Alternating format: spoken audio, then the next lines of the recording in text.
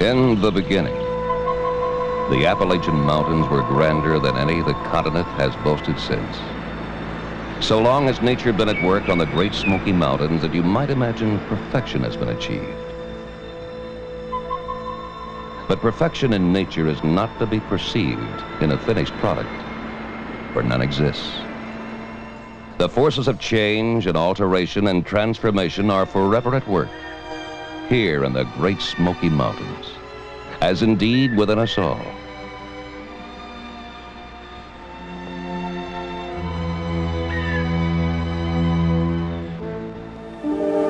In the late 18th century, a widow woman by the name of Jane Ogle and all her children wandered into a little valley on the northern edge of a mountain range, in what was then the unsettled eastern part of an area soon to be called Tennessee.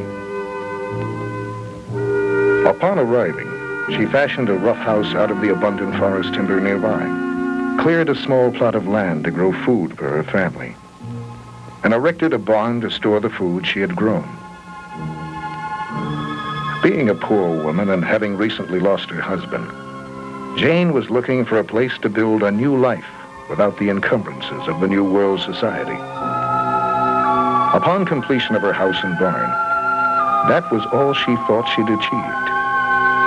Jane had no way of knowing at the time that in addition to building a new home, she had also begun building the gateway for what would be 200 years later, the most visited mountain resort area in the entire world.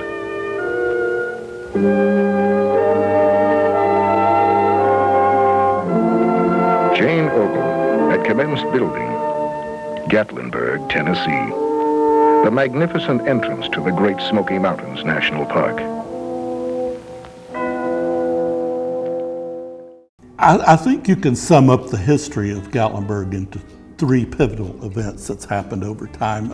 The first being the arrival of the widow, Martha Jane Husky, and her large family who settled there, and from that point brought other relatives to the area and settled in what an area that had been unfriendly to white settlers prior to that. And they really carved a place out of the wilderness, so to speak, in an area that had been uninhabited except for an Indian hunting ground prior to that time. And it was a very isolated area. And I think nothing describes the early days of Gatlinburg more than isolation. The folks that lived in Sevierville, the county seat, would take a day to travel up to White Oak Flats, as it was called at that time, in the original days of the settlement. And it even took a while for the Baptists to form a church in the community. So it was very slow growing. And it wasn't because the people were lazy or backward or anything like that. It was just the fact that they were isolated by the mountains from other people. You know, this was the edge of the mountains. So there's always places that spring up at the edge of the mountains, and this was a broad little valley at the edge of wonderful timber country, and I suspect that's why Gatlinburg was established, because the people could cut timber and make money. This is the heart of the mountains. There is little here that spells civilization. Here at the southern end of the Appalachians, a place has been set aside. Here, man and nature are not in conflict, but in harmony. This harmony of man and nature was one of the goals realized in the autumn of 1940. Then a vast tract in the Smoky Mountains of Tennessee and North Carolina was dedicated as a national park. As President Franklin D. Roosevelt said, "To the free people of America, I dedicate this park."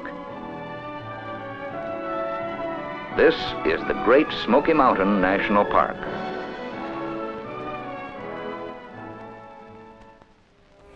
Because it actually goes way, way back to the Cherokee people who settled here over 1,000 years ago. And they actually would be the ones who gave us this name, the Smokies. But they weren't speaking in English, of course. They were saying it in their native tongue, which was the word Shakanahay, which means the land of 1,000 smokes or mists. Well, they could not have picked a better name for this area.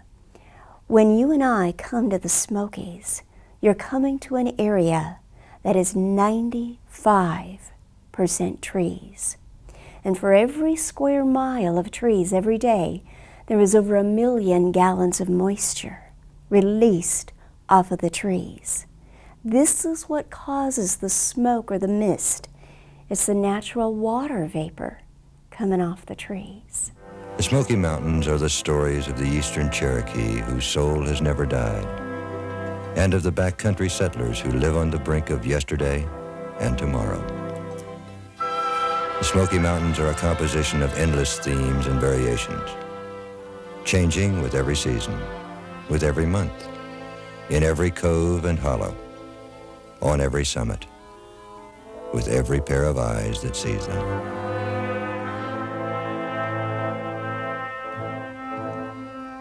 But although the Smokies are only a day's drive away from 2/3 of the nation's population, nearness alone would not explain the powerful attraction that draws more than 5 million visitors to these mountains each year.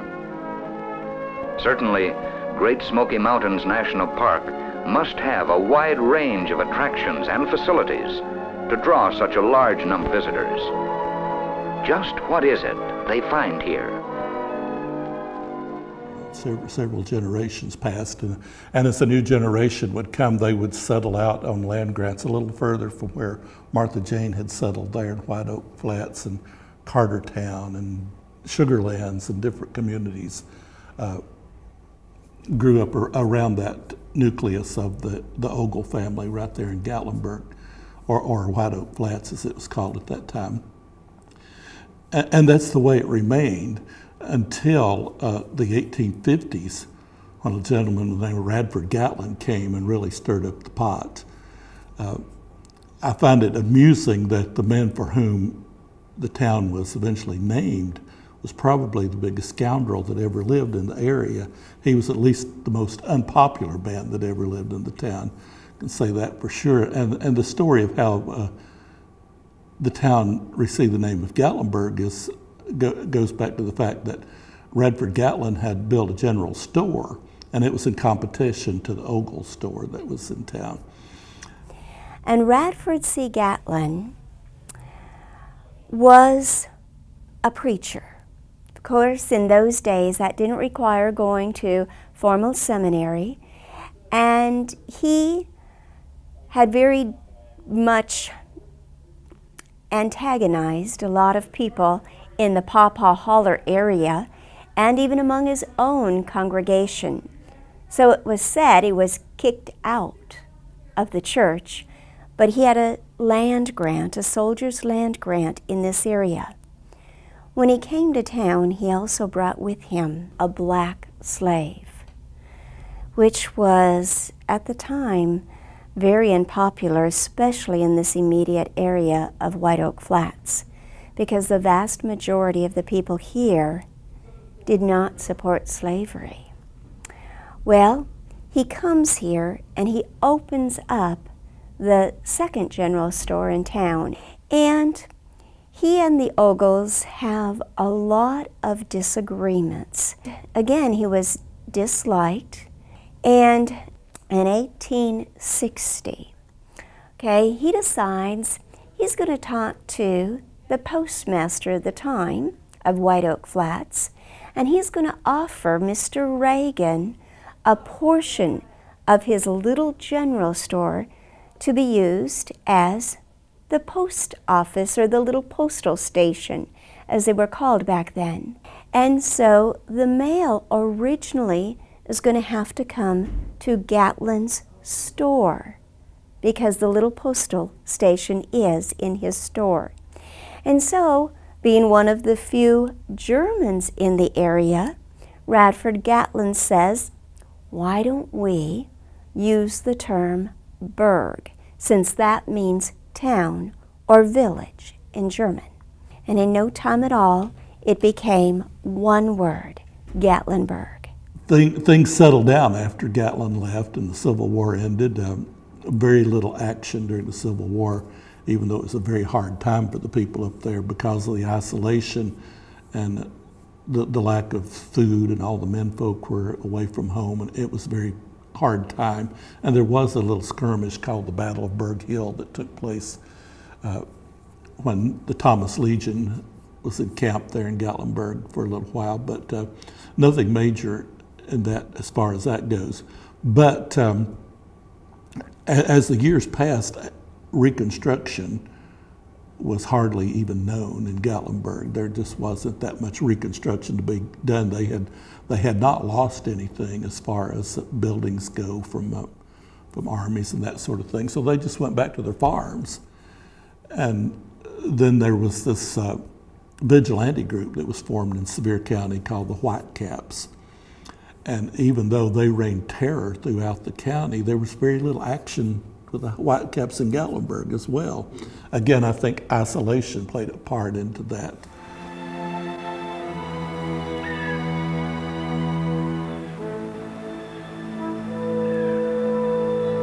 The miracle is that we in our progress through life can join with the mountains in theirs and flow for a time together toward whatever destination lies at the end of our course.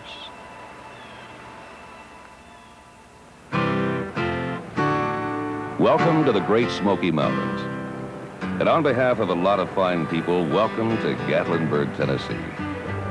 Hi, I'm John DeRees, and I hope you enjoy your visit with us here in one of America's favorite vacation destinations. Leave your car at your lodgings and let our trolleys take you around. Whatever your pleasure in family entertainment, it's here, beautifully situated in Gatlinburg and the Great Smoky Mountains.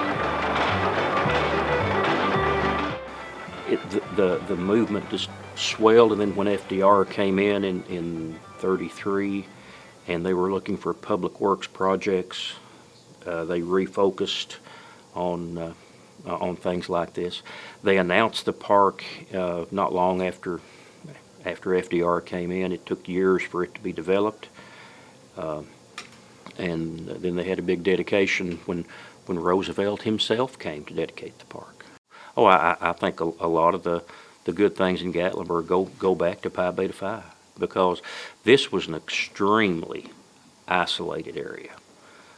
You had rail lines into the park to get the timber out. There was no good transportation here. This was just a very isolated little area, just like you see in eastern Kentucky and north of Georgia and all that. What made Gatlinburg different? Why did Gatlinburg end up the way it did? There's a lot of answers to that question, but Pi Beta Phi and Aramont and people like Andy Huff are part of the answer to that. People had some education, they had vision, they saw opportunity. In 1912, a fraternity from up north who was interested in teaching mountain children decided to buy some property and establish a mission there at Gatlinburg, the Pi Beta Phi fraternity, and that's always been something very odd to me. It was what I would call a sorority because it was a ladies group, but it's called a fraternity. And they established Pi Beta Phi settlement school there. And it was very instrumental in educating the people of the area. They had a place to go to school. There'd been no county schools in the area up until that time. But they struggled. They weren't very well accepted in the beginning, and they were just ready to pull out and leave. Things were just not going well. And a prominent citizen by the name of Andy Huff, who operated a sawmill out of town up toward Greenbrier, had left his wife and children there in town, and the children had started going to school. And when Mrs. Huff got wind of the fact that school might be closing, she had a vision, and she envisioned that ignorance would just take over her family, so to speak.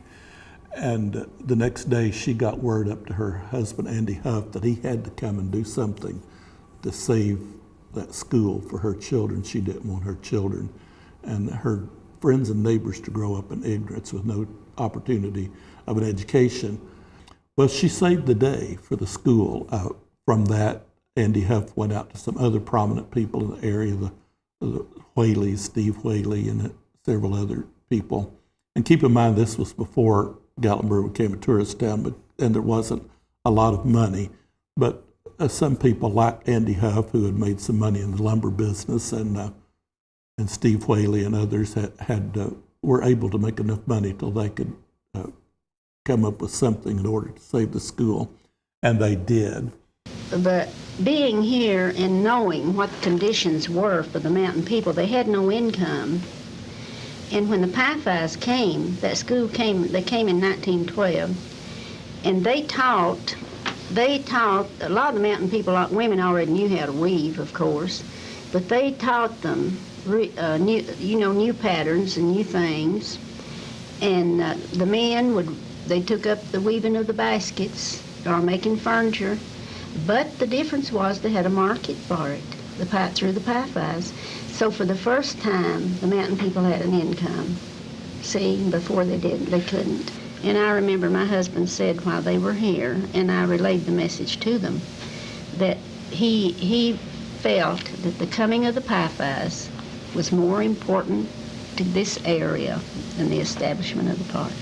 Because of what I've just said, it gave the people an opportunity to be able to make money, to turn that effort over and get an income from it. Not only did the Pie-Fies provide education for the local mountain folks, they also saw a need for medical attention as well. And if a doctor was called on, they had to come by horseback from Sevierville at that time. So some nurses were sent to the area, and they were not well received at first because mountain folk did not take well to outsiders, even if it was a nurse trying to save their life. But eventually some of the nurses that came to Pie-Fi were able to gain the confidence of the local people, and they helped fight epidemics. There were a couple of them that was around during the flu epidemic of 1918 that were very instrumental in saving lives and providing medical care and teaching basic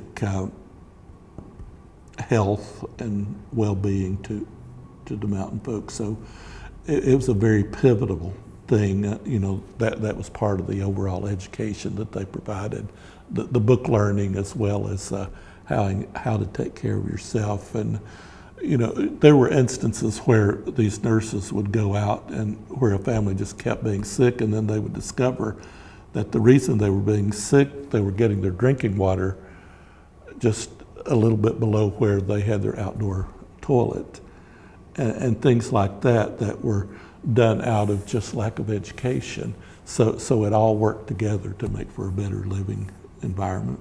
It was 5 families, the Ogles and Huffs and Whaleys and Reagans and Maples. And I'd say that the persons who owned the most land was Squire Maples and E.E. Ogle, who was my husband's grandfather, and he had the country store, but he was already gone when I came here. His son Charlie ran the store. The boom in Gatlinburg happened after the park was announced and while they were working on it. Steve Whaley built his hotel. The Huffs had the Mountain View already. Rel built this. I think it had 12 rooms and was called Maples Manor, and he realized pretty quick that he needed a bigger hotel. This was where the Maples home place was, on this property here. They owned the property. Rel's mother and daddy lived in a little white frame house where the ticket agent is for the sky lift, and the hotel sat back here. And as I remember that it was physically, size-wise, the same. But now, through the years, and that was after when Rel married, they did some, if you can look at the pictures down the wall, they did some outside work that put the balconies on and some extra things that made it look like it does now. I heard him tell that he took a scoop with a mule to dig out the foundation and the site for the hotel. When it was no mechanized machinery to help. The Maples family was kin to the frontiersman, Davy Crockett, the original Davy Crockett, who grew up about 60 miles north of Gatlinburg on the Nolichucky. And when you come into Gatlinburg today, the land that sits right behind the Gatlinburg Inn, if you look off to the highest ridge that would be behind the inn, that is still Crockett's Ridge today. And that land was all owned by the Maples family. And so how they're kin, from what the genealogies and the family records and histories show us the best that we can understand, Davy Crockett Maples Sr., okay, his grandmother was the sister to Davy Crockett. Once that park was established, then everything changed in Gatlinburg, and the Gatlinburg that we know today developed from that. And Rel Maples is one of the original hotel owners there. He built the Gatlinburg Inn in 1937. Now, he built that on what had been his family's corn patch. And he knew that the new road was going to be built right in front of it. And it all happened just about the same time.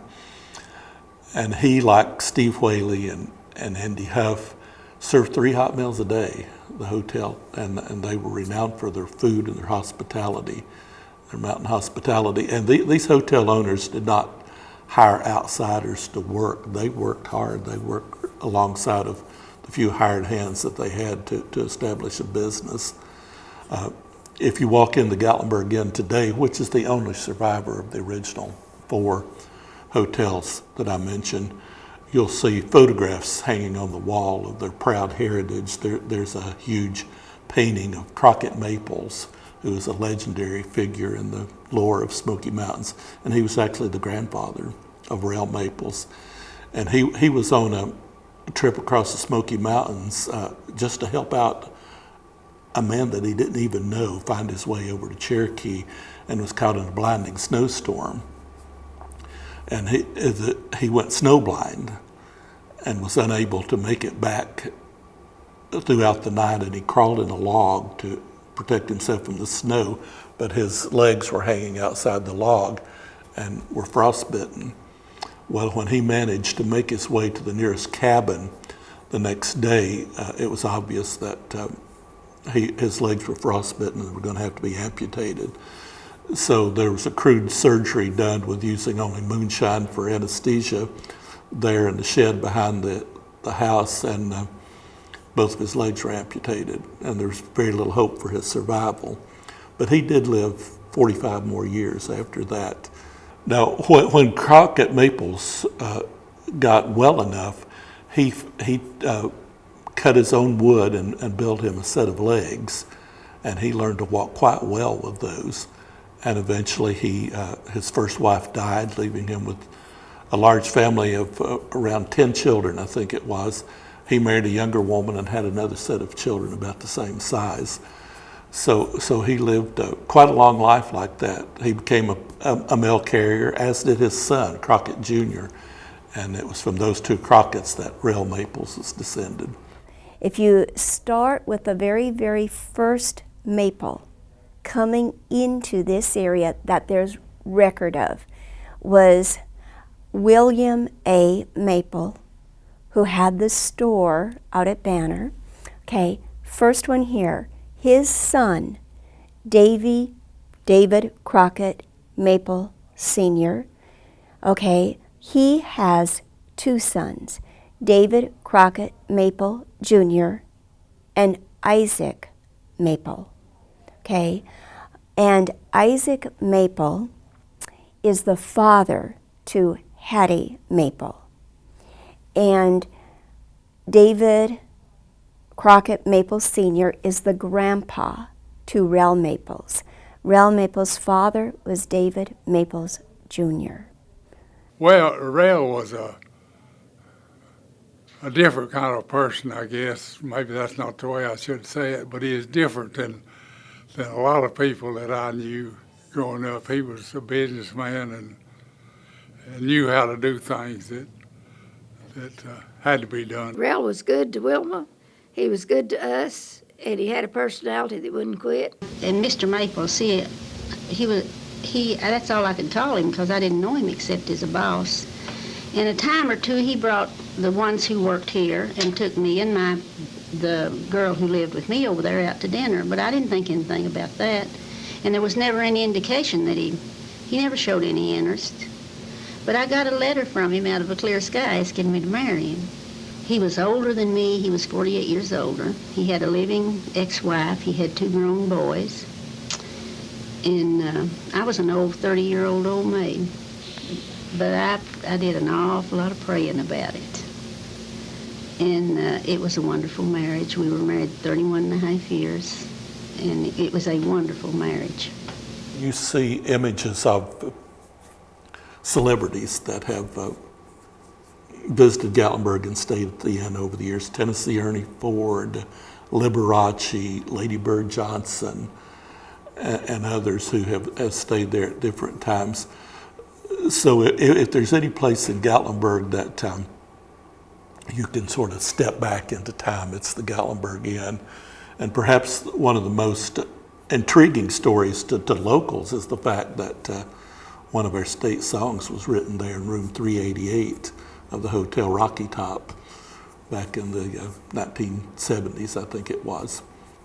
Boudleaux and Felice Bryant were wonderful people.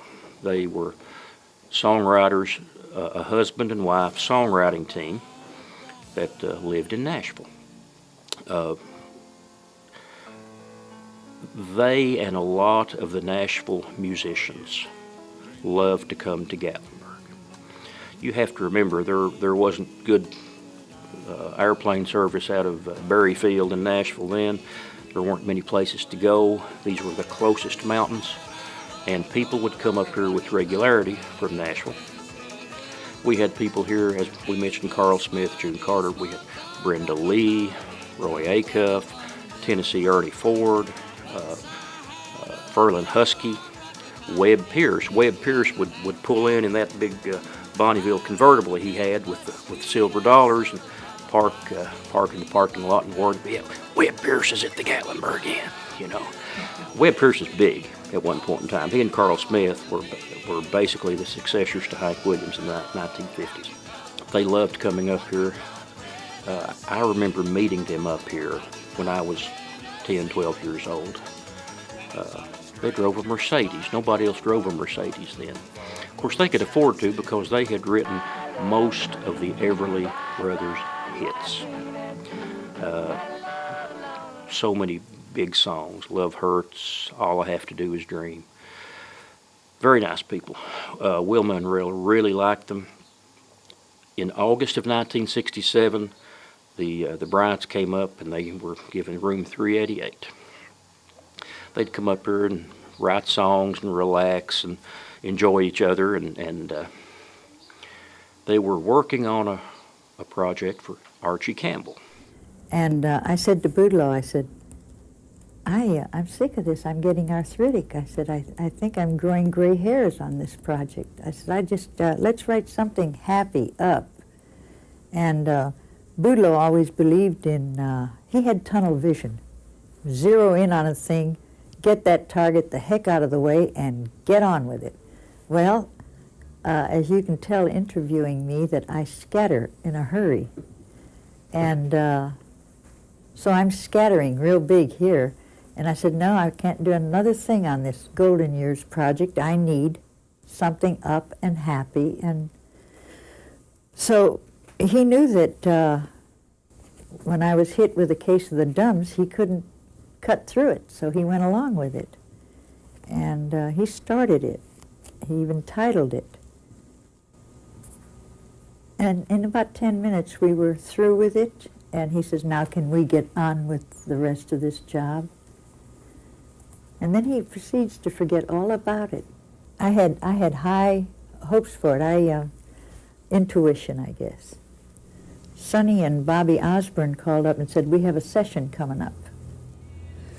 And I said, do you have anything for us? And Boudleaux, the salesman, never said no, because he could write to order in a second. And he said, yeah, I got something for you. Let's look it over. Come on over. And so when he hangs up, he says, honey, do we have anything for the Osborne brothers? I said, how about that little bluegrass thing that we did over in Gatlinburg? He said, what bluegrass thing? I said, you know that, he said, well, what's the name of it? Well, hell, I couldn't think of the name of it either, but I knew where it was. I said, I'll go get it. So he looks at it and he refreshes himself, because he'd put his lead notes down, and he'd refresh himself on how it went. And then Sonny's at the door. And so he shows it to Sonny, and Sonny hears the wish that I was on old Rocky Top down in that. He hears that part. He says, oh, that's great, okay. He says, I'll send Bobby over for the chords. Bobby learned to do the chords with the number thing that they're doing now. And I'm sitting there in the kitchen, I said to Sonny, I says, hey, wait a minute. He's accepted a song that he hasn't heard all of. I says, wait a minute, he isn't finished yet. Oh, well, he can write the rest of it before Bobby gets here. I still remember meeting Felice and Boudleaux Bryant about the time they wrote Rocky Top in room 388. And they treated this place as a home away from home. Wilma and Rel would let them stay in 388 even when the hotel was closed during the winter. And it was a real testimony to their friendship that when they were inducted into the Songwriters Hall of Fame, they took one guest, Rel Maples. Like they're all the same furniture. I can see Boudleaux sitting here strumming his guitar, and she and Felice over there, or he, one on one sofa and one on the other. And you know, that's where they did, I'm sure that's where they did the work. She could confirm that, but I'm sure that's right. If we knew they were coming, we saved this room for them. They knew that. First he saw that there was going to be a tremendous tourist attraction, and he built a hotel, and then as the park got developed, he kept adding on to the hotel. The place very quickly expanded when the park fully opened, and then around 1960 or 61, I think, he fully remodeled the place in a way that might have been deemed risky at the time. Put a lot of money into really modernizing it, but it was a great thing for the hotel, and the hotel we have today is essentially the hotel that it was remade into at that time. My Uncle Rel was, he smoked cigars and wore a hat, and he was a larger than life character, and he loved children. Our side of the family never really knew Rel's side of the family, and we loved the Inn because we got to come up here, and Rel was just a great uncle. Loved him like I loved Aunt Wilma, even though he wasn't blood kin to me, just a great man. And so we had a great love for the Inn as well as their side. And when Wilma passed, this thing was in a trust to be sold, and the proceeds were going to be divided amongst the families. And their side did not. David originally went to represent our side of the family to get the trust closed. And he and I had some conversations about like to keep the thing. And so we were kind of set out to maybe buy the other side out if they wanted to sell, and they were doing the same thing. And we kind of got to know each other. Luckily, the trust didn't close for over a year, so we got to know each other, and really got to like each other. And they called us one day out of the blue, wanted to know if we wanted to buy this thing together from the trust instead of selling it, and that way we could preserve it. We both had a love for it. So we got together and we bought the thing. The families bought the thing from the trust and set out to preserve it and make it a profitable. It was a labor of love for both of us. None of us are going to get rich with it, but it's a labor of love for both sides of the family. And Bill Maples and Jack Maples, who are on the board with Dave and I, they're like brothers to us now. We just love them. So it took some time to get where we are. Mm-hmm. We didn't, the two families didn't really know one another. No. You know, we didn't grow up together. There was really distance until after she passed away, and we got to know Alan and David, and right. The relationship grew. And once we finally realized the direction we were going, it just clicked. It really did. When we became part owners, we realized that we had a real legacy to preserve. She was a capital P preservationist, and sometimes that's not fully compatible with running a commercial enterprise. So one of the challenges of ownership of this place is to maintain that sense of history and what made Gatlinburg what it is, while still making it a business that can sustain itself and make customers happy and keep them coming back, while at the same time making them appreciate what Gatlinburg has been through the years and still can be. You know, my brother likes to say that we're the oldest rat in the crib, and we have to stand for something. You know, the Gatlinburg Inn stands for the fundamental values that made this town, and I hope it always will. And I guess that for people being here, I want it to be a second home for them. I want it to be what it is still for me, a place I can come and I can go home and just kind of let my hair down here and go home and pick the things up that I have to deal with every single day. And she's left us a legacy which we hope we can carry on with this hotel. That people come here and we treat them as family and love on them. And say, hello, how are you? Are you having a good time here? Yeah. What can I do to help you? Is there anything you need? After they went through the process of the Millers and the Maples getting together, they've done a lot of work on this hotel and put it up to standards more than it was before. But you know, when it was built in 1937, there's a lot of history to this hotel that now I hate to see disappear, which would have happened if it hadn't been put together after Wilma died. He told us that at your age, said I'd just sell it and get out and enjoy the money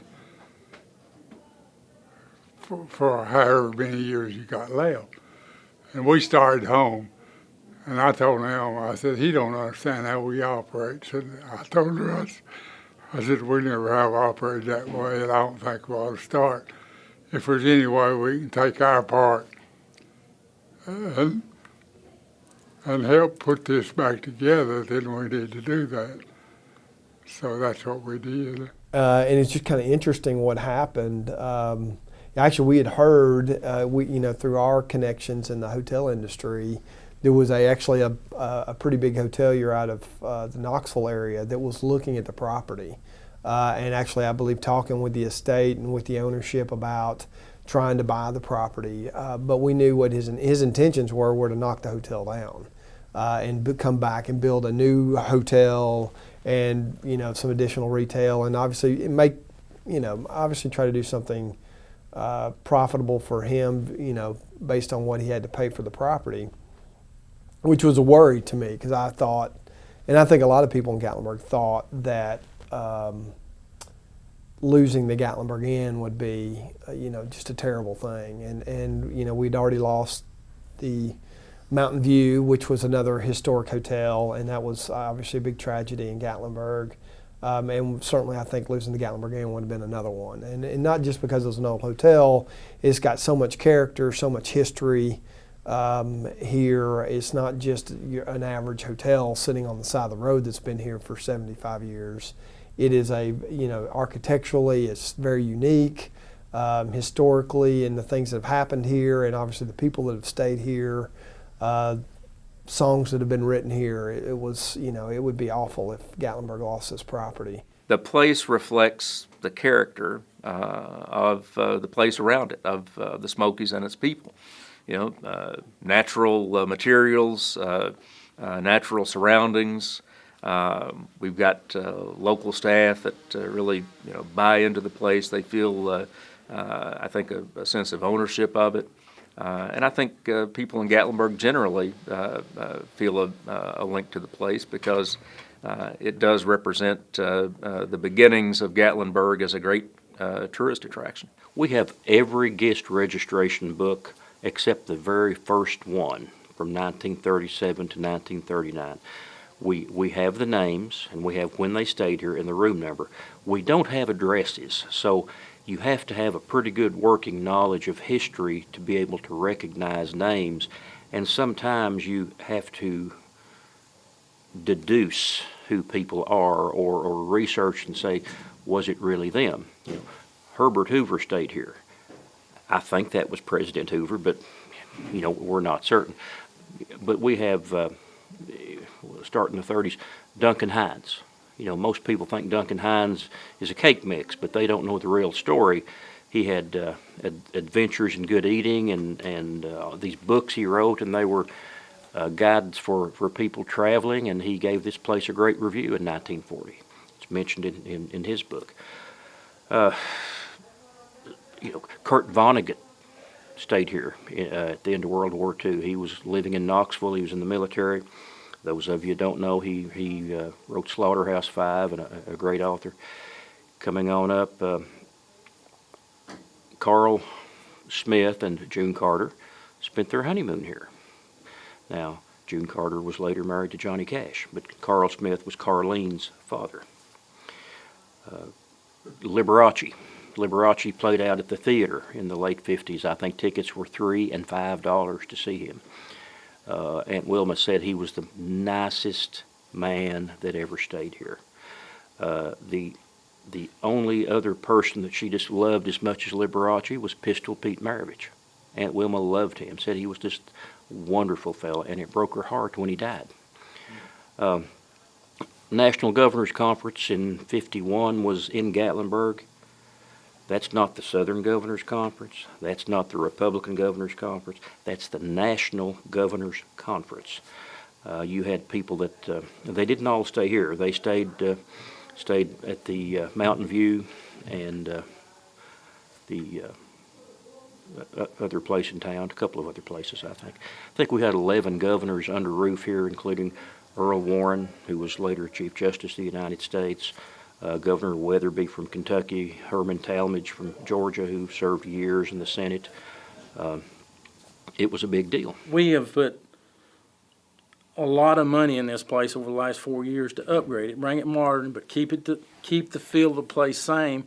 And we want it to be a destination for families to come to the Smokies and come to Gatlinburg and have a family vacation and meet and enjoy themselves. And if you talk to any of the staff, the staff here is just great. We're so lucky to have what staff we have, and they're like family with us. Miss Bunny and Glenda behind the desk, and Peggy and Ann that do the breakfast. They take pride in what they're doing because a lot of them love this place too. They'll tell you they love this place. It's a unique place. It really is in our minds anyway. So I think the hotel will only get better. Yeah.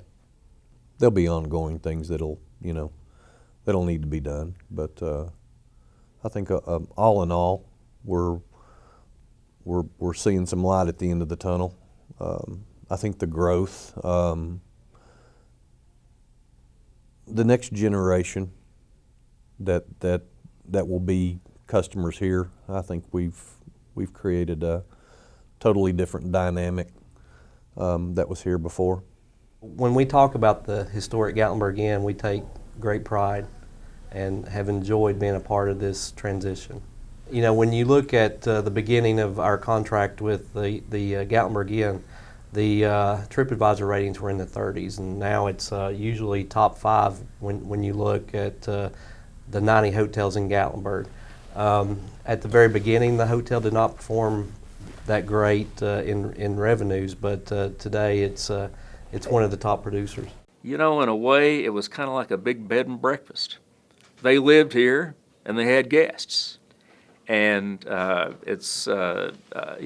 we still want to have that kind of sense that when you come to stay at the Gatlinburg Inn, you're a guest of these families, of the Miller family and the Maples family, and we want you to be treated like Rel and Wilma treated their guests when they were here. The atmosphere, we have wonderful, wonderful help here. They all take pride in their work. We've tried to preserve so much of what we had, and the best of it, this is one place where, how many hotels do you know where you get to know other guests? People make friends here. People meet people, and they intentionally come back the same time every year. There's groups that do that, and they just met here at the inn. And that's the thing about the fire that we had last fall of 2016.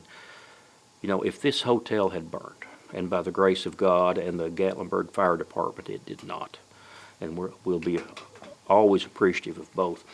This was the one thing in Gatlinburg that if it was destroyed, it could be rebuilt, but it could never be replaced because of the history and the architecture and the tradition here. It burned a warehouse right across the street from this hotel. And so it got closed. Then we came up here on Thursday before they opened it up, let it open back up on Friday. And the swimming pool it looked like it was that deep of cinders and ashes and everything. So it got pretty hot around here. If you look at the magnitude of what happened here and the decisions they made in a short period of time to save lives and save downtown Gatlinburg, I think they did about as good as you could do, I have mentioned that the pioneer spirit has prevailed in Gatlinburg since the very beginning, and only recently in 2016 when the wildfires occurred in Gatlinburg, once again there was huge losses, and a lot of people suffered, and a lot of people lost what they owned, and it was amazing how the community came together, much as they had done in earlier times of history when different things had happened. Once again, they had a tragedy that pulled them all together, and miraculously, the whole town was not lost. It was close. It was very close, and some of the people that witnessed that firsthand are amazed that anything survived. But I think the lesson learned from all of that, and from my perspective, is the fact that that pioneer spirit still prevails in the mountain folks. And they're not all native mountain folks, but once they get here, they become part of that. Because there was something about living in these mountains. It made you strong, and it drew you close to God. These people had a strong, strong faith, and it was tested many, many times, but it came back that night of November 28th. This inn today, where it sits, is a bastion of the best of Gatlinburg and the best of its people. And it's a testimony to their values that it still continues today. Within the last 30 years, it's been unreal with the motels and hotels that's built here. This just happened to be the oldest of the one that's left. So when you think about history, people who enjoy and appreciate history, they come into this hotel and when you walk down the Hall of Fame, which when you come into the lobby here, you see pictures of signed autographed pictures of Liberace, of late Lady Bird Johnson. It's just a list that goes on and on. Then when you speak more to the history of Rocky Top being written in room 388 in 1967, the first bank in Gatlinburg was in these walls. The first Chamber of Commerce was started here at the Gatlinburg Inn. And so when you think about those things, it's something that is unique to Gatlinburg. This hotel was built in 1937. That's a long time ago, but as we go through and we renovate this hotel, we keep that in mind. So when you walk into the lobby, and you see things that are new, but they look like that they belong back in 1937. That has been a challenge at times, but it's been of importance to keep everything the way that it should be. It's been challenging. We've had some tough decisions to make, but you know, it's difficult to take an old building and try to modernize it and still keep it an old building. You know, it's people like the Creature Conference, and but we've done okay. Very proud. I think we saved it. It would not be here today. Yeah, had these two families not come together, it would be right. It wouldn't be here. There are places in Gatlinburg and the Smoky Mountains where you really understand what the historical culture of Appalachia is all about. And that's one reason I'm so proud we're able to maintain the Gatlinburg Inn, because it really is the largest relic of what Gatlinburg was. And I think that people in Gatlinburg are happy that we were able to keep the inn. But it would be. I just hope people find it welcoming. It's important to us that you feel welcome and that you want to come back. And we're trying to make improvements in a good way, and we're open to suggestions. Just want you to feel at home, and anything we can do to help and make your stay better, we want to. And it's important to preserve places like the Gatlinburg Inn as living evidence of why this is a special place, and to maintain Gatlinburg as the key gateway to the Great Smoky Mountains National Park. Continue to preserve it for the future. We've even, there's talks about trying to revitalize the restaurant. There's talks about the John Sevier Room. How can we revitalize that space and use it for the future? So there's still opportunities for the inn for the futures that I hope that we'll continue to try to bring to the forefront.